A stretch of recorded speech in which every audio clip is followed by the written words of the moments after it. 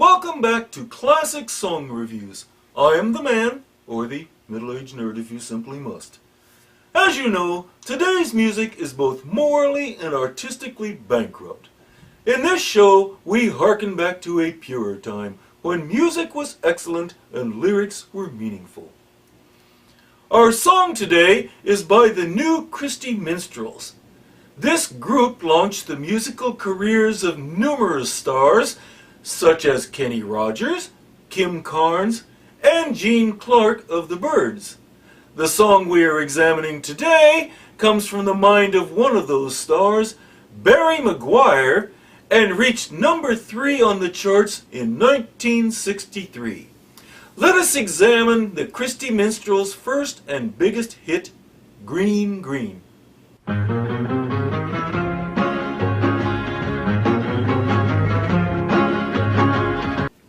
Very nice guitar work there.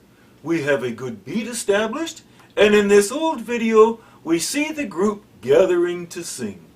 The Christys were always a very large group and never included any kind of percussion. The result is a nice, folksy, upbeat style that lends itself well to this type of song. Take it away, Christys! Green, green, it's green they say, on the far side of the hill. Oh yes, we are building on the adage that the grass is always greener on the other side of the hill. The saying does not refer to literal grass, of course,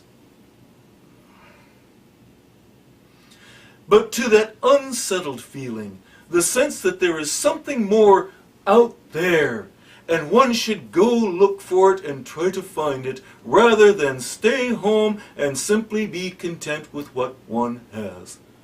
This idea became very popular in the music, literature, and art of the 1960s. Please do not remind me. Next lines, please. Green, green, I'm going away to where the grass is greener still. This reflects the hopefulness of the 1960s.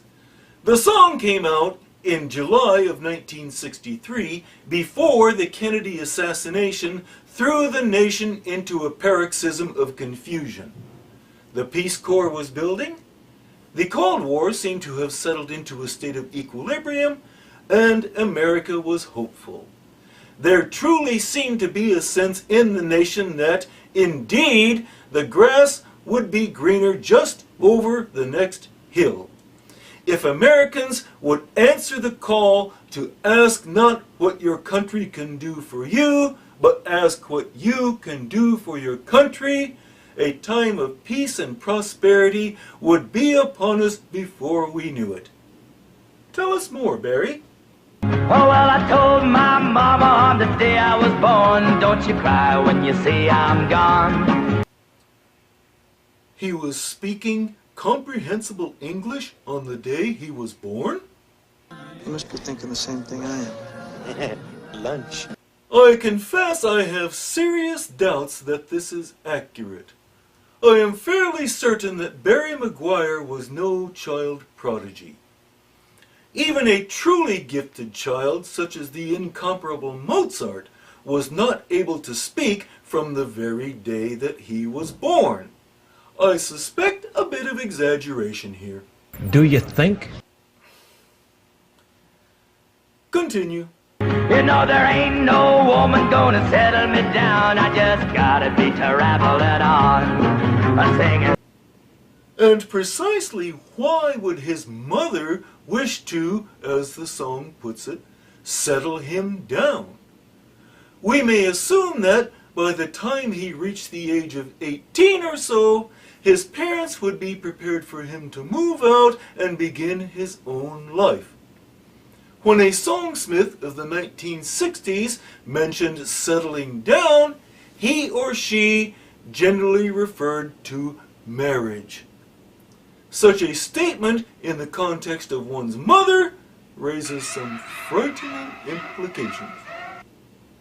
The song repeats the chorus, and then Mr. McGuire enlightens us further as to his state of mind on this matter. Now there ain't nobody in this whole wide world gonna tell me how to spend my time. Ah, yes.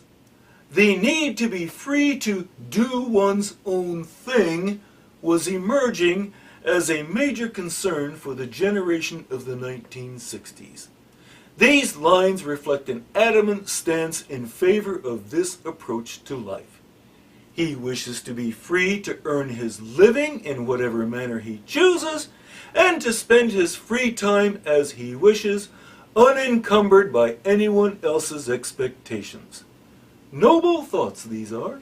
I'm just a good loving rambling man. Say, buddy, can you spare me a dime? Hear me crying, it's a... Just a moment.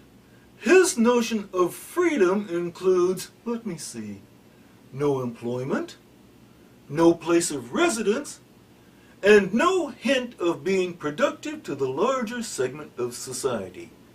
Furthermore, in this context, freedom means having no means of personal support and being reduced to begging for small change, probably on a street corner or some such location. This is what he wants? We repeat the chorus, and then we have a third verse. Yeah, I don't care when the sun goes down where I lay my weary head. This is a strange individual indeed. He claims to be looking for the greener grass on the other side of the hill. But what is that greener grass in his mind? To most people, it would include a better home, perhaps a better or more flexible job, a better standard of living. Often it includes a family. To this person, the greener grass seems to be where he is going to sleep because he cannot afford a motel. What is his purpose? What is it that he seeks? I don't understand. Green, green valley or rocky road, it's there I'm gonna make my bed easy now. So, in the name of being free, he is going to sleep out in the elements, have nothing to his name, and if necessary, make himself a pillow out of rocks. This is called finding the greener grass. Pardon my bluntness, but what? Has he considered the ramifications of this attitude? Imagine what would happen if everyone in the country adopted this philosophy of life. What would we have? A hippie apocalypse! Hordes of unwashed, hairy freaks roving the countryside, devouring livestock and wearing other people's drapes! Can you imagine anything more terrifying than that? What is happening? Huh? Boss!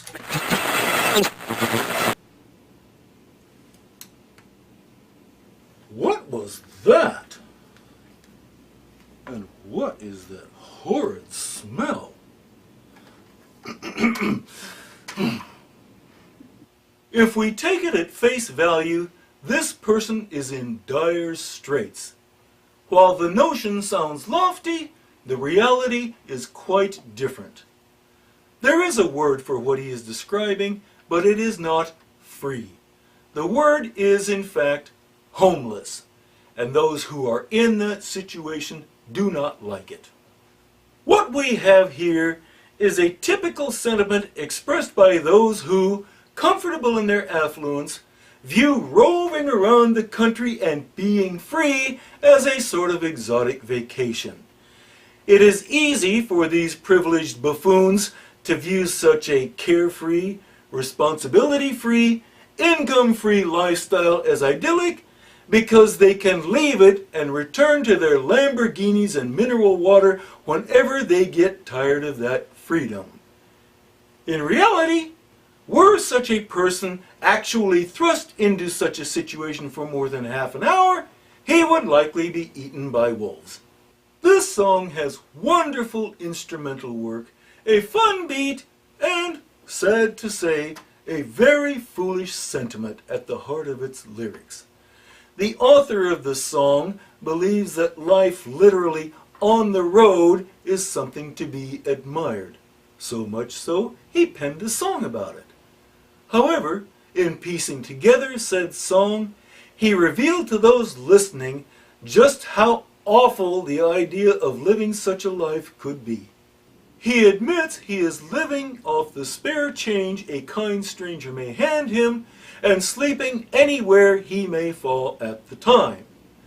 Reading into the situation, we may also assume that he is using the dimes that someone may give him to buy such essentials as food and drink. This would mean he does not have the monetary standing to own or maintain any sort of reliable vehicle, or perhaps even tickets for public transportation. How does this work? I'll show you. Oh, it's a turnstile. Yep. From this, we may conclude that, during those times that he did have such funds, he did not get very far in his travels, and thus is more than likely still stranded somewhere within his own home state. Unless his home state is Rhode Island, in which case he may be just across the border. A noble accomplishment indeed. Fortunately, while this sentiment was popular in the 1960s, very few people were able to follow through with it. Many were children still living with their parents, while others were tethered to the lives they were already leading and thus unable to go seek the greener pastures the artist implies he is searching for.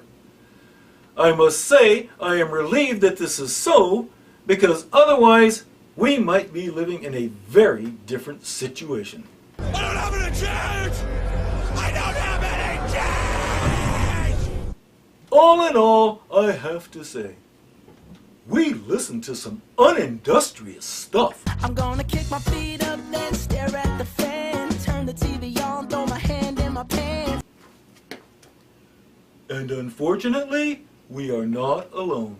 Today I don't feel like doing anything.